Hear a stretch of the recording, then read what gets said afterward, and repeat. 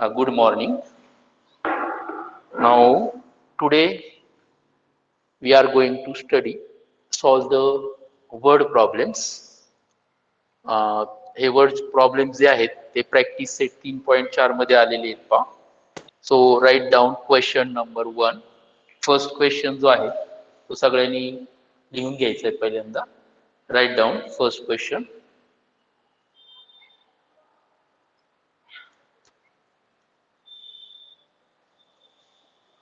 On 1st January 2016, question लिहून घ्यायचा आहे मुलांना सगळ्यांनी.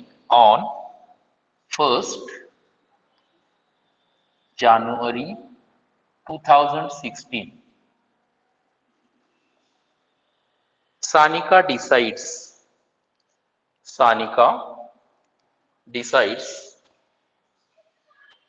to save rupees 10, rupees 11, rupees 11 on second day, rupees 12 on third day, if she decides to save like this,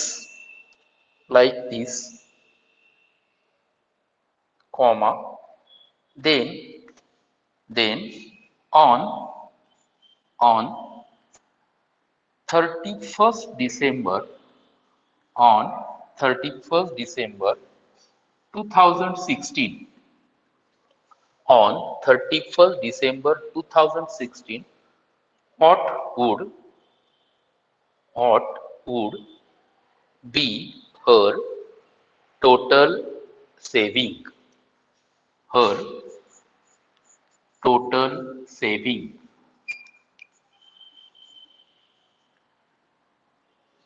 Now look ahead. आता समोर पहा, समजून घ्या.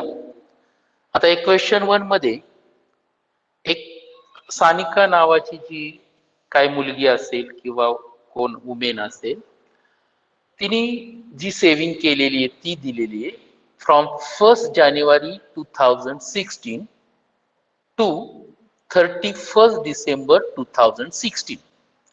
म्हणजे पहिल्यांदा इथं तुम्हाला एक क्लिअर झालं पाहिजे. 1 जानेवारीला सुरुवात केली आणि 31 डिसेंबर म्हणजे 2016 मध्ये वर्षाचा पहिला दिवस आणि शेवटच्या महिन्यातला शेवटचा दिवस, म्हणजे पूर्ण वर्ष तिने सेव्हिंग केलेली आहे. ती सेव्हिंग करताना तिने काय केलेलं आहे, पहिल्या दिवशी 10 रुपये बचत केली, दुसऱ्या दिवशी 11 रुपये बचत केली, तिसऱ्या दिवशी 12 रुपये बचत केली. अशी बचत तिने कंटिन्यू केलेली आहे. Therefore she saves. आता तिची जी सेव्हिंग आहे पहा ती कशी येणार आहे, त्याच्या अगोदर आपण या टोटल डेज किती होते हे from 1st January 2016 to 31st December 2016, there are 2016 is a leap year. प्रत्येक 4 वर्षानंतर लीप वर्ष येतं. आपल्याला माहिती आहे वर्षात 365 दिवस असतात, पण लीप वर्ष आलं की 366 दिवस येतात.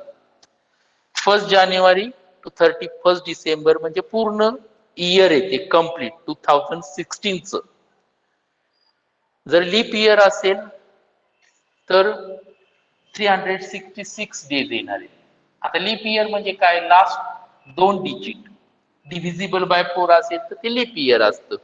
शेवटच्या 2 अंकाला 4 ने भाग गेला तर ते लीप वर्ष. आता इथं 2017 दिलं असतं तर ते लीप इयर नव्हतं, पण त्यात 365 दिवस आले असते. पण आता हे लीप वर्ष असल्यामुळं इथं 366 डेज येणार आहे. सुरुवातीला हे तुम्ही सोल्युशन लिहायला सुरुवात करता तो हा रेफरन्स आला पाहिजे. There are 366 days. म्हणजेच या ठिकाणी आपल्याला टोटल जे एन ची व्हॅल्यू आहे ती 366 असणार आहे. आता तिची सेव्हिंग कशी आहे पहा. सानिका सेव्ह, सी सेव्ह म्हणू आपण. सी सेव्ह तिने बचत केली ₹11, ₹12, ₹13 अँड सो ऑन. अशी 366व्या दिवसापर्यंत केली. आता 366व्या दिवशी किती, पहिल्या दिवशी 11 आहे तर 366व्या दिवशी किती हे जरी आपल्याला ओरली तोंडी फाइंड करता आलं तरी फाइंड करू नका, असंच ठेवा. मग याच्यावरनं तुम्हाला ही एपीआय हे कळतं कारण एकचा डिफरन्स आहे. Therefore it is and AP. बहुतेक ह्या एक्झाम्पल मध्ये एपीच असणार आहे. विथ फर्स्ट टर्म ए म्हणतो, फर्स्ट टर्म 11 अँड डिफरन्स हा एकचा डिफरन्स आहे, ₹1 वाढ झालेली आहे. So difference is 1. 12 मायनस 11 करा, 13 मायनस 12 करा, किंवा in this way she saves. अशा प्रकारे तिची ती बचत आहे पहा, त्यामुळे 1ने वाढ झालेली. आता अरिथमेटिक प्रोग्रेशन मध्ये काय फाइंड करायचं सांगितलंय आणि नंबर एन जो आहे तो 366 म्हणजे 1 जानेवारीला तिने ₹11 बचत केली, 2 जानेवारीला ₹12, 3 जानेवारीला ₹13, 4 जानेवारीला 14. अशा प्रकारे 366 दिवस बचत केली. म्हणून n is equal to 366. And to find out her total savings, तिची टोटल सेव्हिंग फाइंड करायची. म्हणजेच तुम्हाला यस 366 फाइंड करायचे पहा. हे गिव्हन थिंग्स अँड काय फाइंड करायचं हे लक्षात आलं पाहिजे. मग आपल्याला एसएन चा फॉर्म्युला यूज करता येईल पहा. SN is equal to n/2 in bracket 2a plus again in simple bracket n-1 into d. म्हणजे सुरुवातीला गिव्हन पार्ट नीट समजला की पुढचं एक्झाम्पल सोडवायला सोपं आहे. कारण काय गिव्हन आहे, काय फाइंड करायचंय, इथं काही मुलं चुकून टर्म फाइंड करत बसतील. टी 366 नाहीये तर सम, तिची टोटल बचत किती झाली, मग हे सगळे ऍड करावं लागेल. 11 + 12 + 13 म्हणून हा फॉर्म्युला यूज करायचा आहे. तिची लास्ट दिवशी किती बचत झाली असं जर विचारलं असतं 366व्या दिवशी तिची बचत किती, तर तुम्हाला टर्म फाइंड करावं लागली असती, टी यांचा फॉर्म्युला यूज करावा लागला असता. हा प्रश्न बदलू शकतात ते, तिची लास्ट दिवसाची बचत किती असा थोडा बदल केला तर क्वेश्चन बदलेल. त्यामुळं शब्द नीट वाचा. आता टेक्स्ट बुक मध्ये ठरलेला प्रश्न आहे, त्याच्यात काही बदल नाही. नाव substitute the value. Yes, n is 366. Again n ची value 366/2. 2 into a, a means 11 plus in bracket n 366 minus 1 into d. d is 1 आणि square bracket complete. Double bracket करतोय त्यामुळं आतला सिंपल ब्रॅकेट म्हणतो आपण याला स्क्वेअर ब्रॅकेट म्हणतो. आता therefore S 366 is equal to, इथं 2 ने डिव्हिजिबल आहे. 2 1s are 2, 1 is remainder, 16, 2 8s are 16 and 2 3s are 6. 183 राहत आहेत पहा. 366च्या निम्मे. 2 ने भागतो म्हणजे काय, ती संख्या निम्मी होते. टोन पार्ट करतो ना आपण, ज्याला पटकन लक्षात येईल 366च्या निम्मे 183 त्याने डायरेक्ट लिहा. आता in bracket 2 into 11 22 plus 366 minus 1 राहणार 365 आणि पुढे इंटू किती आहे मुलांनो, हा जो आहे तो इंटू 1 आहे. त्यामुळे 1 ने मल्टिप्लाय केल्याने काही फरक पडणार नाही आपल्याला. एक मिनिट हा. ए ए ची व्हॅल्यू एक सॉरी बरं का मुलांनो ₹10 पहिल्या दिवशी ही सेव्ह ₹10 तर करेक्शन इथं ₹10 ₹11 ₹12 अँड सो ऑन एक चेंज या चुकून माझ्याकडून काय झालं 11 ने सुरुवात केली होती त्यामुळे इथं ₹10 चेंज होणार ए ची फर्स्ट टर्म A10 घ्या त्यामुळे इथेही चेंज होईल पा A10 बाकी काय फारसे बदल होणार नाहीयेत फक्त आपण काय केलं सेव्हिंग लिहिताना ₹10 दिली मी स्टार्टिंगला 11 दिलं तो चेंज केला की बाकी काही चेंज होणार नाहीये इथं A10 येणार आहेत बाकी डिफरन्स एकच आहे n सेम आहे त्याच्यात नाही बदल होणार त्यामुळे व्हॅल्यू वाढताना इथेही बदल होईल आणि त्यामुळे हा प्रॉडक्ट 20 येणार आहे पहा so it is equal to 183 आणि हा जर प्रॉडक्ट केला तर इंटू करतो आता ब्रॅकेट लिहित नाही हा 65 मध्ये 20 मिळाले की 85 385 आणि 183 इंटू 385 सरळ असा प्रॉडक्ट करून पहा 183 इंटू 385 आणि हा प्रॉडक्ट केला तो किती येतोय बघा हा प्रॉडक्ट 70455 येतोय का चेक करा डायरेक्ट लिहू नका चुकला तर मला सांगा 5 ने मल्टिप्लाय करा खालच्या स्टेपला 0 घ्या 8 ने मल्टिप्लाय करा डबल 0 घ्या 3 ने मल्टिप्लाय करा आणि हा प्रॉडक्ट 17,455 येतोय का पहा म्हणजे ही टोटल तिची सेव्हिंग झाली आणि वर्ड प्रॉब्लेम आहे वर्ड आन्सर लिहायचं काय होतं what would be her total saving therefore her total काय total saving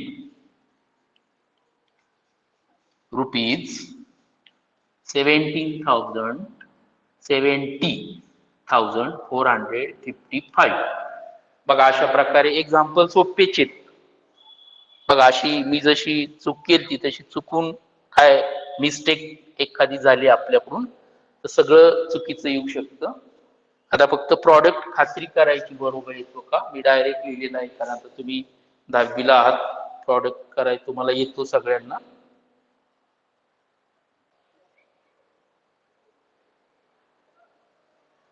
write down second example means question number 2 a man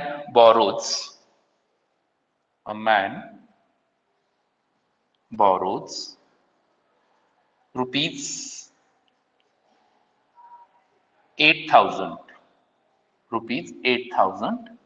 and agrees to repay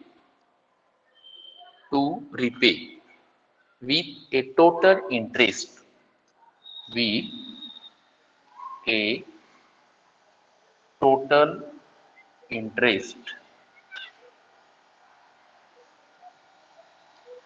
of rupees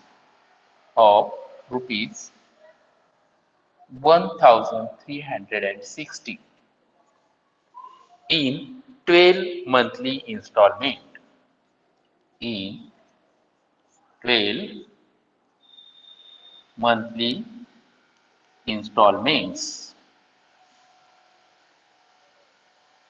full stop each installment being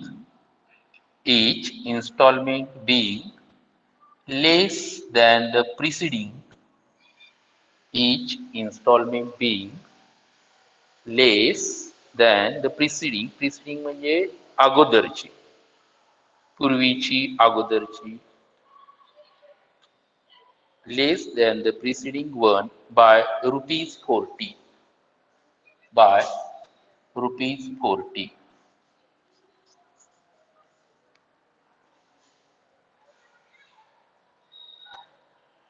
म्हणजे प्रत्येक हप्ता अगोदरच्या हप्त्यापेक्षा ₹40 ने कमी आहे म्हणजे हा डिफरन्स असतो तो डिक्रीज होत गेलाय मायनस मध्ये येणार पहा हे लक्षात ठेवायचे लेस आला तर मायनस डी ची व्हॅल्यू येते find the amount of first and last installment दोन व्हॅल्यू फाइंड करायच्यात find the amount of first म्हणजे फर्स्ट टर्म ए नी दाखवतात तीच फाइंड करायची. लास्ट इन्स्टॉलमेंट म्हणजे TN. एन म्हणजे 12 आहेत. आता बघायचं सगळ्यांनी लक्ष द्यायचं, एक्झाम्पल कसं सोडवायचं ते पहा. त्याचं मिनिंग पहा अगोदर काय. A man borrows rupees 800 and agrees to repay with a total interest of rupees 1360 in 12 monthly installment. म्हणजे एका व्यक्तीने 800 रुपये उसने घेतले आणि त्याने ऍग्री म्हणजे तो त्याशी सहमत आहे की त्याला 1360 रुपये त्याच्यावर व्याज द्यायचे. असं 12 महिन्यात ते कंप्लीट करायचं इन 12 मंथली इन्स्टॉलमेंट. म्हणजे तो किती परत करणार आहे मुलांना पहा. ही रिपे, तो जो परत करणार आहे ती रक्कम पहा इज इक्वल टू घेतले त्याने 8000 प्लस त्याने इंटरेस्ट दिला 1360 इज इक्वल टू टोटल जर केली तर पहा 8 + 1 हे 9 होणार आहे आणि बाकीचे 30 असेल 360. एवढे रुपये त्याला परत करायचे आणि किती महिन्यात तर 12 महिन्यात. आता नंबर ऑफ इन्स्टॉलमेंट्स आहेत. नंबर ऑफ इन्स्टॉलमेंट म्हणजेच यांची व्हॅल्यू असते पहा. नंबर ऑफ इन्स्टॉलमेंट्स 12 आहे. इन्स्टॉलमेंट ज्या काय नंबर दिलेला असेल त्याला एन म्हणायचे आणि हे सगळी रक्कम त्याला हप्त्याने परत करायची. पहिला हप्ता, दुसरा हप्ता, असे 12 हप्ते. म्हणजे ही जी व्हॅल्यू दिली ना ती S12 ची दिलेली. म्हणजे 12 हप्त्यात तो एवढी रक्कम तो कंप्लीट करणार आहे. म्हणजे या ठिकाणी एन ची व्हॅल्यू 12 आणि S12 दिलेत पहा. SN हे सम दिले आणि N12 म्हणून 9360 हे लक्षात येते का पहा. तुम्हाला तर फाइंड द लास्ट इन्स्टॉलमेंट म्हणजे T12 फाइंड करायचं आहे. म्हणजे गोंधळ व्हायलाच नकोय तिथं. त्यांनी पहिला हप्ता एवढा भरला, दुसरा एवढा भरला, असे टोटल एवढे पैसे त्यांनी रिपे करणार आहे. त्या बेसवर त्यांनी हे कर्ज घेतलेले, उसने घेतलेले आणि डिफरन्स आहे तो प्रत्येक हप्ता भरत असताना काय करतोय 40 रुपयाने कमी होतोय पहा. म्हणून -40 येणार. का -40 येणार म्हटलं तिथं ब्रॅकेटमध्ये ती रिझन लिहितो मी. देअरफॉर नाही लिहित, उलट चिन्ह करायचे 3 टिंब. बिकॉज each installment कशी आहे पहा being less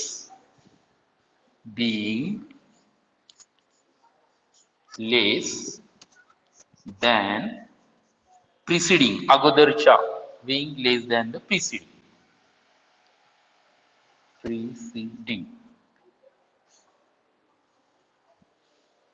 being less than the preceding installment.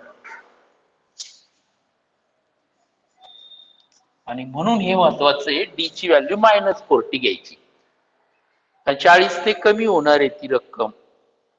आता इथं फाइंड काय करायचं एवढं गिव्हन आहे. Find the amount of the first and last installment. First installment म्हणजेच तुम्हाला ए फाइंड करायचं आहे. फर्स्ट टर्म ए म्हणतो तशी. लास्ट इन्स्टॉलमेंट T12 फाइंड करायची कारण लास्ट एंड म्हणजे 12 आहे. आता इथं दोन व्हॅल्यूज फाइंड करायचे दिलेत तर S12 म्हणून first use the formula of SN. TN चा फॉर्म्युला सुरुवातीला वापरून काहीच उपयोग होणार नाही कारण SN दिले आणि N म्हणजे 12 हे पण दिले म्हणून SN यूज करायचा.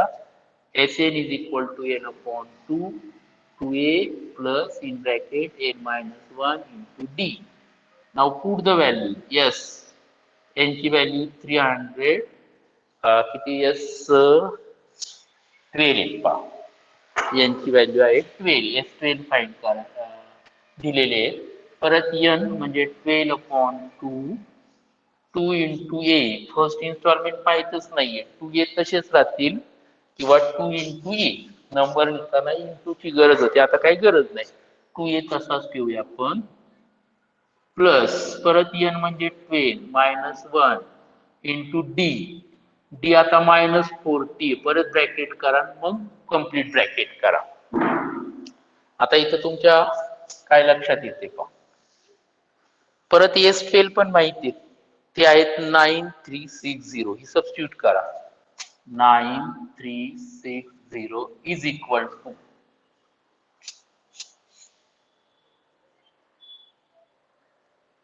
9360 इज इक्वल टू, कारण S12 ऑलरेडी 9360 ची सबस्टिट्यूट केली आणि n अपॉन 2 म्हणजे 12 अपॉन 2 ते राहिले 6 इन ब्रॅकेट मध्ये काय येणार आहे पहा, 2a, a माहितच नाहीये तसेच राहणार 2a प्लस 10 -1 केले म्हणजे 12 - 1 11 11 मायनस 11 इंटू -40 मायनस नाही ते इंटू आहे म्हणूनच आपण ब्रॅकेट केले.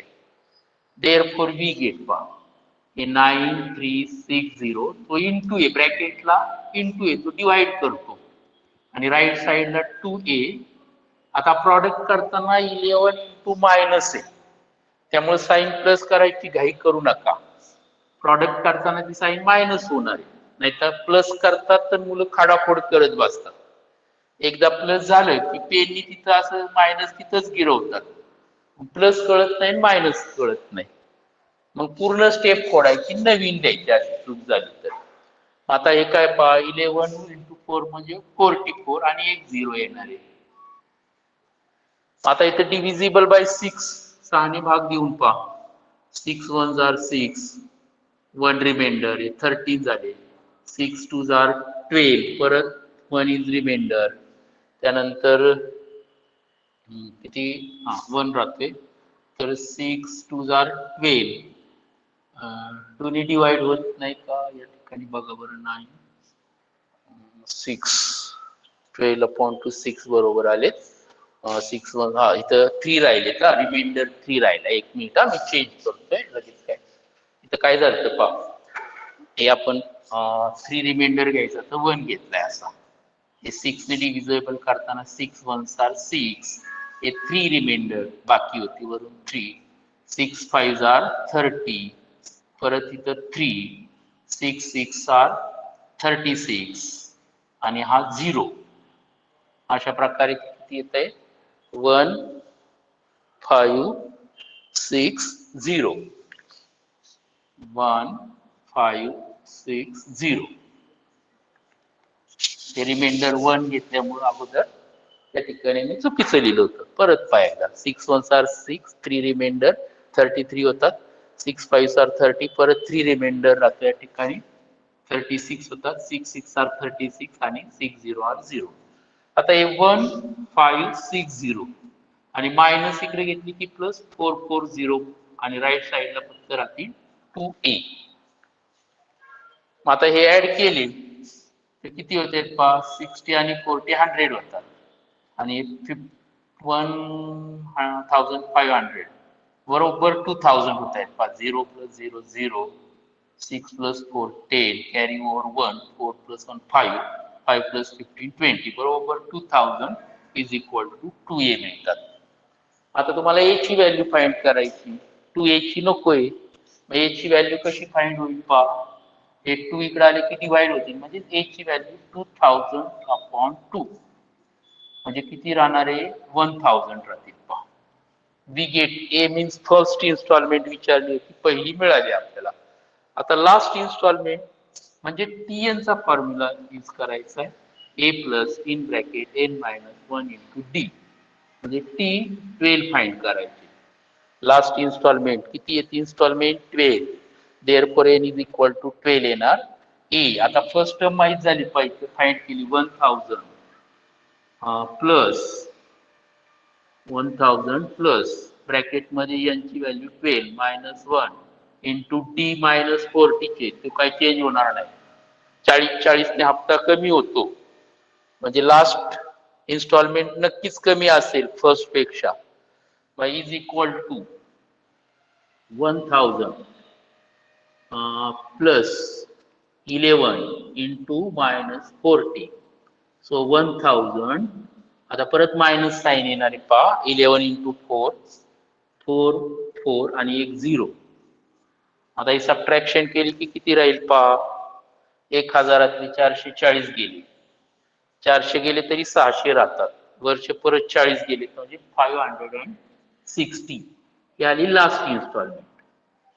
आता शब्दात उत्तर लिहायचं. Therefore first installment ₹1000 and last installment ₹560. Word problem आहे, त्यामुळं स्टेटमेंट मध्येच खाली उत्तर लिहायचंय.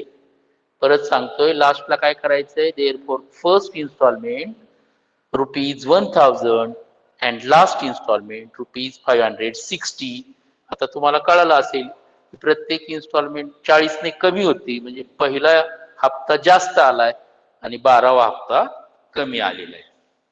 तर काळजीपूर्वक व्यवस्थित प्रत्येक स्टेप समजून घ्या.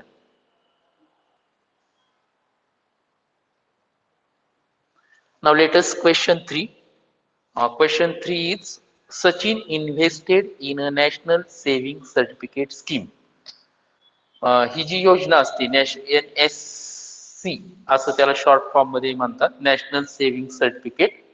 म्हणजे आपण बचत करायची दर महिन्याला किंवा वर्षाला काय असे ठराविक रक्कम गुंतवायची असते. आपल्याला त्याची एक मुदत संपली की ते आपले पैशांवर जास्तीचे पैसे मिळतात.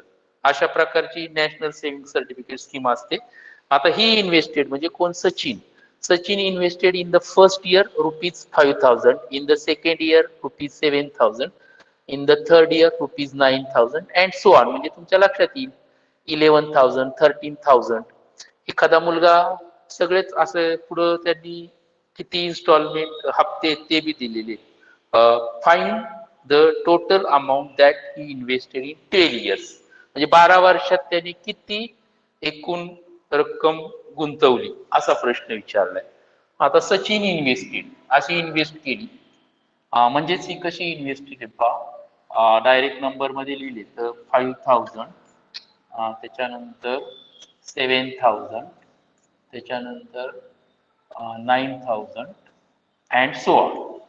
मग ही एपी लगेच क्लिअर होते. दिस इज अन एपी. हे स्टेटमेंट लिहित जा, कारण हा जो आपल्याला वर्ड प्रॉब्लेम दिलेला आहे त्याच्यामध्ये ईएपी असा उल्लेख आलेला नाही, म्हणून ती सिक्वेन्स किंवा ती प्रोग्रेशन लिहा आणि खाली दिस इज एन एपी हे महत्वाची स्टेटमेंट वापरा. नंतर ए फर्स्ट टर्म 5,000, त्याच्यानंतर डिफरन्स दाखवण्याची आवश्यकता नाही, लगेच कळतो 2,000 चा डिफरन्स आहे, 2,000 आणि वाढ झाली. आता किती वर्ष गुंतवलेत, पहिल्या वर्षी, दुसऱ्या वर्षी, तिसऱ्या वर्षी, असं 12 वर्ष गुंतवलेत, म्हणजे एन इज इक्वल टू 12 आणि S12 फाइंड करायचे. इन 12 years 12 वर्षात त्यांनी एकूण केलेली गुंतवणूक 12व्या वर्षी केलेली नाही. इन 12 years 12 वर्षात. इथं ऍट शब्द झाला तरी त्यात बदल होईल पहा, इन ऍट. त्यामुळं टर्म विचारली कसं विचारली ते नीट समजलं पाहिजे. आता एन चा फॉर्म्युला यूज करावा लागेल. n/2 in bracket 2a plus n-1 into D. Value substitute करा. यांची व्हॅल्यू आहे 12/2 in bracket 2 into first term आहे 5,000. बघा प्रॉडक्ट पण सोपे.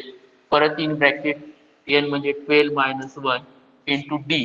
डिफरन्स आहे 2,000 चा. 2,000 इंटू चिन्ह करा, स्क्वेअर ब्रॅकेट कंप्लीट करा. आता S12 किती येणार. Therefore S12 is equal to हे 12/2 6 येतील आणि ब्रॅकेट मध्ये सुद्धा सोपंच आहे कॅल्क्युलेशन. 2 इंटू 5 10 आणि 3 झिरो तसेच राहतील. 10,000 प्लस आता 12-1 11 आणि त्याला 11 ला इंटू आहे 2,000 हा डिफरन्स आहे पहा, आणि मग स्क्वेअर ब्रॅकेट कंप्लीट करायचं. Therefore S12 is equal to 6 हे 10,000 प्लस 11 इंटू 2 22 आणि 3 झिरो तसेच राहणार आहेत पहा. किती सोपं आहे कॅल्क्युलेशन पहा. Therefore S12 is equal to 6 हे 22 प्लस 10 32 येतील आणि बाकीचे 3 झिरो तसेच राहतील ऍड केल्यानंतर. आता 6 इंटू 32 करायचंय फक्त, म्हणजे 6 इंटू 2 12 कॅरी 1, 6 इंटू 3 18, 18 प्लस 1 19 आणि 3 झिरो तसेच राहतील. म्हणजे 1,92,000 1,92,000 ही त्यांनी 12 वर्षात गुंतवणूक केलेली आहे. शेवट आपल्याला the total amount that he invested, total amount that Sachin किंवा ही म्हणा, ही इन्व्हेस्टेड इन 12 years, रुपीज 1,92,000. बघा सोपं एक्झाम्पल, फर्स्ट आणि सेकंड पेक्षा सोपं आहे. अशाच पद्धतीने चौथं, पाचवं, सहावं सोडवता येईल. चौथ्यामध्ये तुम्हाला 2 व्हॅल्यूज फाइंड करायच्या, number of seats in the 5th row आणि हाऊ मेनी टोटल सीट, म्हणजे टर्म बी फाइंड करायची T15 आणि टोटल सीट पण फाइंड करायचे इन द ऑडिटोरियम, म्हणजे जे काही 27 रोज आहेत त्याच्यात टोटल किती आहेत, म्हणजे S27 फाइंड करायचे आणि T15 फाइंड करायचे. क्वेश्चन 5 जो आहे तो आपण ते A-D, A+D त्या पद्धतीचा आहे. क्वेश्चन 6 सोप्पाच आहे, तर तेही ट्राय करा तुम्ही.